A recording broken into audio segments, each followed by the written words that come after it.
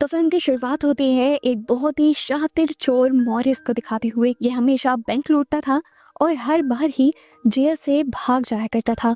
इसलिए इस मर्तबा उसे एक ऐसे जेल में डाला जा रहा था जहां से निकलना नामुमकिन था। वहां पर सिक्योरिटी बहुत ज्यादा अलर्ट थी और अगर कोई वहां से निकल भी जाता तो उसका आजाद होना या भागना दो और भी नामुमकिन था, क्योंकि इस जेल को एक आइलैंड पर बनाया गया था जिसके चारों तरफ कई हजार मीटर तक पानी ही पानी था। जेल में आते ही मॉरिस की सर से पांव तक चेकिंग हुई और उसे यूनिफॉर्म दिया गया। यहाँ पर सब कुछ बहुत डिसिप्लिन था। कैदियों को अपनी मर्जी से चलने तक की इजाजत नहीं थी। सब लोग सुबह की घंटी बजने पर उठकर यूनिफॉर्म पहने बाहर निकल आते थे और लाइनों में लगकर अपना ब्रेकफास्ट लेते थे। इस जेल में आते ही वार्डन मॉरिस से कहता है, वेलकम टू एल्काट्रास।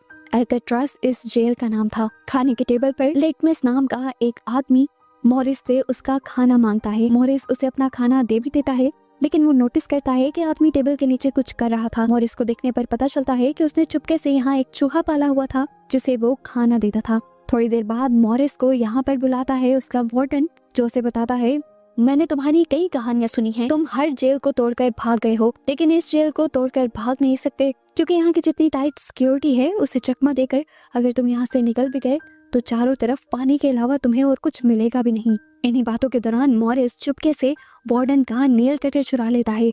वार्डन के सामने वो ऐसा ही बिहेव करता है कि जैसे वो बहुत मासूम है और यहाँ से भागने का तो वो सोच भी नहीं सकता। इसीलिए वार्डन उसे लेकर बेफिक्र हो जाता है और मॉरिस अपने सेल में वापस आ जाता है और आते ही सबसे पहले अपनी बाइबल के अंदर उस नेल कटर को छुपाता है, जिसे वो ये प्लान करते हुए यहाँ लेकर आया था कि वो इस जेल को खोद सकेगा।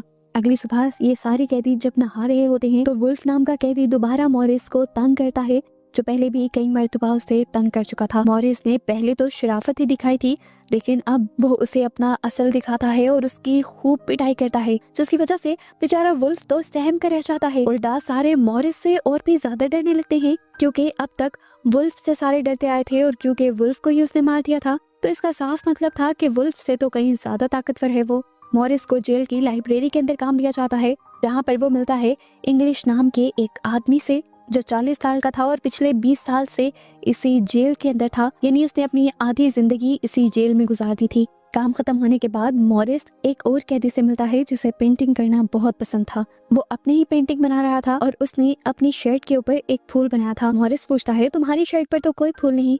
तो पेंटर बताता है कि ये फूल मेरी खुशियों को जाहिर कर रहा है जो मेरे दिल के अंदर है। उसके बाद मॉरिस इंग्लिश के पास जाता है। वो इंग्लिश से पूछता है, क्या हम इस जेल से भाग सकते हैं? क्या आप मेरी इसमें मदद करेंगे? ये बात सुनकर इंग्लिश हंसने लग जाता है, ऐसे जैसे उसका मजाक उड़ा रहा हो, और कहता है कि ये जेल नहीं है, कब्र है और यहाँ से निकलने के लिए हमें पहले मरना ही पड़ेगा। वो उसे समझाता है कि मान लो अगर तुम इस जेल की बड़ी दीवारों को पार कर लो और यहाँ के सारे सिक्योरिटी कैमरास और रेंजर्स को भी चकमा दे दो, तो भी भागकर कहाँ जाओगे? उस ठंडे बर्फीले पानी में जिसमें जाते ही तुम्हारी मौत हो जाएगी। बेहतर यही है कि चुपचाप इस जेल में जिंदगी गुजारो, कम से कम यहाँ पर तुम जिंदा तो होगे। खैर, अगले सीन में मॉरिस को बताया जाता है कि उसे अब लाइब्रेरी के बजाय कारपेंटर शॉप में जॉब मिल रही थी और हर घंटे के उसे 50 सेंट भी दिए जाने थे। पैसों के लिए नहीं, मॉरिस ये सोचकर हाँ कह देता है कि वहाँ जरूर उसे ऐसी चीजें मिल जाएंगी जो जेल से भागने में उसकी मदद करेंगी।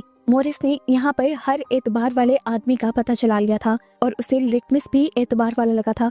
वो लिटमस से इस जेल से भागने का तरीका पूछता है तो लिटमस बताता है कि हर कमरे में एयर वेंट है और उसी एयर वेंट के जरिए ऊपर छत पर जाया जा सकता है और वहाँ से जंप करके इस जेल से आराम से भागा जा सकता है। ये लोग बात ही कर रहे थे कि एकदम से मॉरिस पर अटैक करने के लिए पीछे से वुल्फ आ जाता है, जो अपनी बेइज्जती का बदला लेना चाहता था। मॉरिस अपना कोट उतारते हुए उसी को उस लड़के के हाथों में लपेट देता है और वुल्फ को नीचे गिरा देता है। ये सब वॉच टावर में खड़े हुए गार्ड्स देख लेते हैं और ऊपर से ही शूट करते हुए इन्हें रोक देते हैं। इनकी लड़ाई के बदले इनको सजा दी जाती है टॉर्चर सेल में रहने की। रात भर दोनों को ही तरह तरह के टॉर्चर सहने पड़ते हैं और 2 हफ्ते बाद उन्हें इस टॉर्चर सेल से निकाला जाता है। इस टॉर्चर सेल से निकलने के बाद मॉरिस की हालत काफी खराब हो चुकी थी। उसके बाहर निकलते ही लिटमस अपने चूहे के जरिए उसे वेलकम बैक का नोट भेजता है। इसी दिन मॉरिस के साथ वाले सेल के अंदर चार्ली नाम का एक नया कैदी आता है, जो भी जल्द ही मॉरिस का दोस्त बन जाता है। मॉरिस देखते ही देखते यहाँ अपना ग्रुप बना लेता है, जिन सबको वो ये सीक्रेट बता चुका था कि वो जल्द ही इस जेल से भाग जाएगा। इन लोगों की गैर मौजूदगी के अंदर इन सभी के सेल को वार्डन जाकर चेक करता है और जब वो पेंटर के सेल के अंदर जाता है तो देखता है कि पेंटर और भी ज्यादा अच्छी पेंटिंग्स करने लगा था। पता नहीं क्यों, पर उसे इस बात का गुस्सा आ जाता है और वो उस पेंटर की सारी पेंटिंग्स जलाने के साथ साथ उसे कभी ना पेंटिंग करने का ऑर्डर दे देता है। पेंटिंग के बजाय अब उसे कारपेंटर सेल में काम करना था। पेंटर, जिसकी सारी खुशी ही अपनी पेंटिंग्स थी, वार्डन के इस फैसले से पूरी तरह टूट गया था। इसी गुस्से में उसने अपनी 3 वो उंगलियां ही काट ली जिससे वो पेंटिंग किया करता था। इस पेंटर की कटी हुई उंगलियां देखकर मॉरिस पूरी तरह टूट जाता है और उसकी उंगलियां उठाकर गार्ड को देता है और कहता है जाकर अपने वार्डन को दे दो। ये देखकर वो खुश हो जाएगा। मॉरिस बेशक एक चोर था लेकिन दिल का अच्छा था। उस पेंटर के लिए उसे दुख हो रहा था।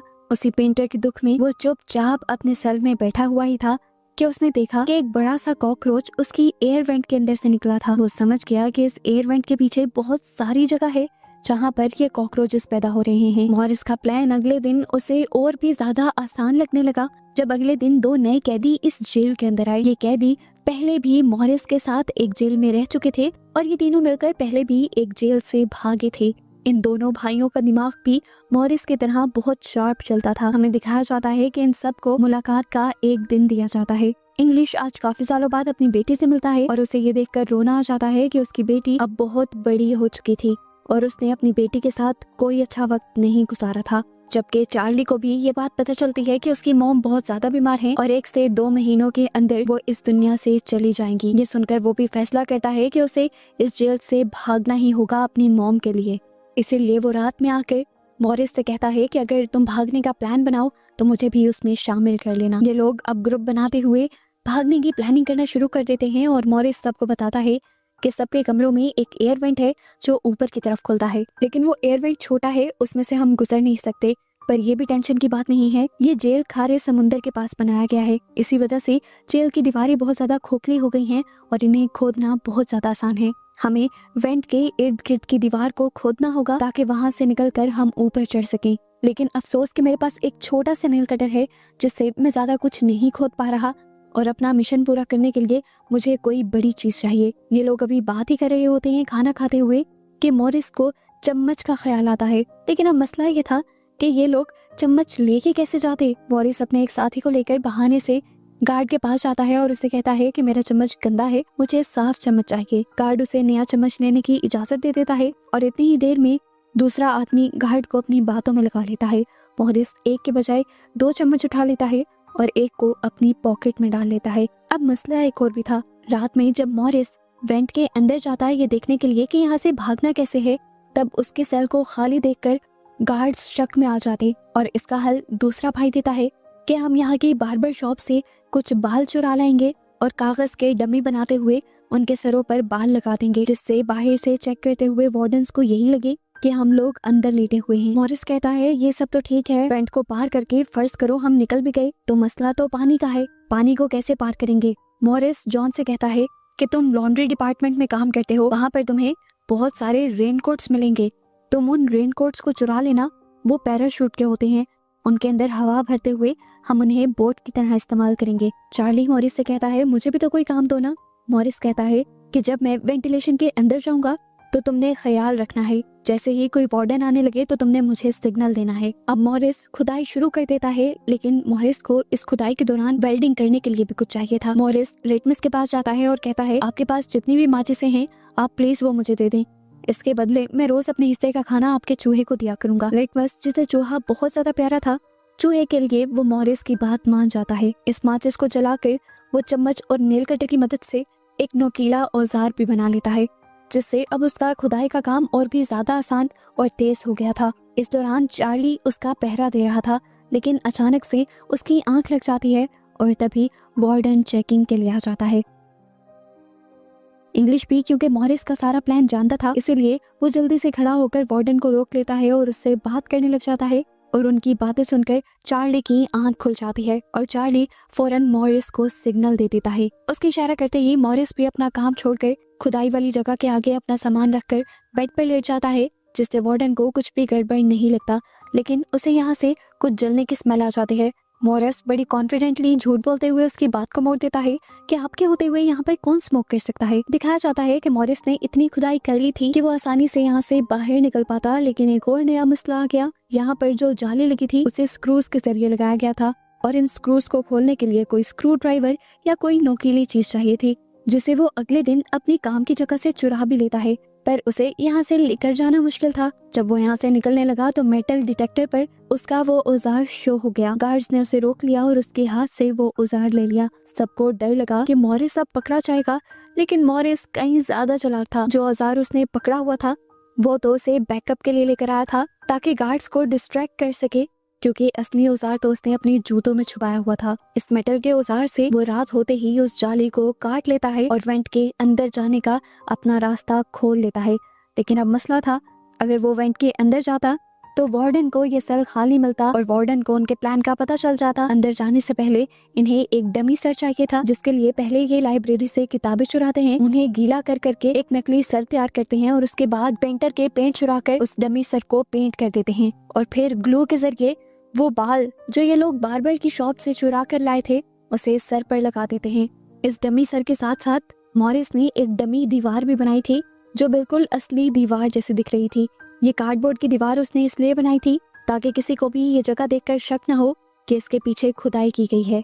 आखिर सारी तैयारी पूरी होने के बाद रात में मॉरिस डमी सर को अपनी जगह पर रखते हुए उस वेंट के अंदर चला जाता है। वेंट के अंदर जाने पर उसे बहुत सारे पाइप दिखे थे जिनके ऊपर चढ़ते हुए वो सेकंड फ्लोर तक पहुंच गया था, लेकिन अभी भी बाहर जाने की जगह पर कुछ ग्रिल्स लगी थी जिन्हें तोड़ना और उन तक पहुंचना नामुमकिन था। नीचे दिखाया जाता है कि वार्डन की भी चेकिंग की बारी आ गई थी। वो जब करीब से गुजरने ही वाला होता है तो चार्ली मॉरिस को बहुत सारे सिग्नल्स भेजता है, पर ना जाने मॉरिस को उन सिग्नल्स का पता चला था या नहीं। वार्डन जब मॉरिस के रूम के बाहर से गुजरते हैं तो उन्हें मॉरिस के बालों पर शक हो जाता है और जैसे ही वो मॉरिस के बालों पर हाथ लगाते हैं तो मॉरिस बोल उठता है, क्या बात है सर, आज तो आपको मेरे बाल बहुत अच्छे लग रहे हैं। चार्ली की सांस में सांस आई थी कि मॉरिस टाइम पर यहाँ आकर लेट गया था। खैर अगले दिन मॉरिस ग्रुप में खुशखबरी देता है कि मुझे यहाँ से बाहर जाने का रास्ता तो मिल गया है, लेकिन उस रास्ते को ग्रिल्स से बंद किया गया है। मैं अकेला उस तक पहुँच नहीं सकता।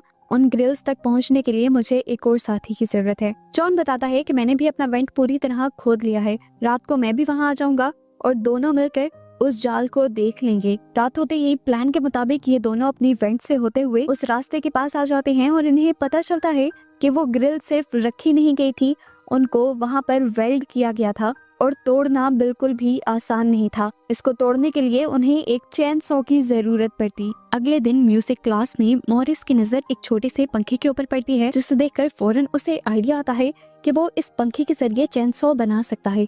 इसीलिए वो चार्ली से कहता है कि तुम इस पंखे को अपने म्यूजिक बॉक्स में छुपा लेना। गार्ड्स के चेक करने पर भी उन्हें इंस्ट्रूमेंट बॉक्स के अंदर कुछ नजर नहीं आता और ऐसे काम करने के लिए मॉरिस के हाथ एक और हथियार लग जाता है। पंखे को ड्रिल मशीन में बदलने के बाद मॉरिस और जॉन दोनों मिलकर उस रॉड को काटने के लिए जाते हैं।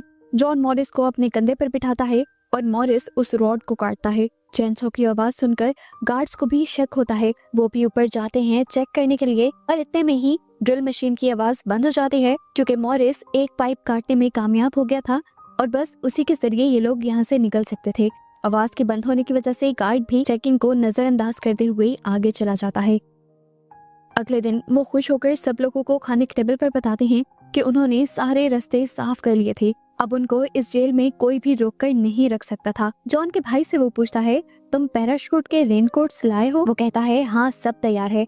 और ये लोग अब यहाँ से भागने का प्लान बना लेते हैं। खैर अब सब लोग अपने अपने जेल में वापस आ जाते हैं और इंग्लिश जब सब लोगों को किताबें बांटने आता है तो मॉरिस इंग्लिश से कहता है, मैं आज आखिरी मर्तबा तुमसे हाथ मिलाना चाहता हूँ। इंग्लिश ने हाथ तो मिलाया था, लेकिन वो काफी हैरान था कि आखिर मॉरिस ने ऐसा क्या किया, क्या प्लान बनाया जिसकी वजह से वो यहाँ से बाहर निकल जाएगा। वो इस टाइम जेलस लग रहा था। खैर वो यहाँ से चला जाता है और कुछ देर बाद वार्डन मॉरिस के सेल की चेकिंग करने के लिए आ जाता है, ऐसे जैसे किसी ने उनको खबर दे दी थी कि मॉरिस यहाँ से भागने वाला है। वो यहाँ की एक एक चीज की तलाशी लेते हैं, उस जगह को भी देखते हैं जहाँ से मॉरिस ने खुदाई की थी, लेकिन उन्हें यहाँ पर कुछ भी नहीं मिलता क्योंकि मॉरिस ने सारे सबूत पहले ही छुपा दिए थे। उस सुरंग के आगे भी नकली कार्डबोर्ड लगाया हुआ था, जिसकी वजह से इनको जरा सा भी शक नहीं हुआ। वार्डन ने कहा, खबर तो सच्ची थी, एक काम करना, सुबह होते ही मॉरिस का सेल चेंज कर देना। लेकिन सुबह होने की नौबत कहाँ आने वाली थी।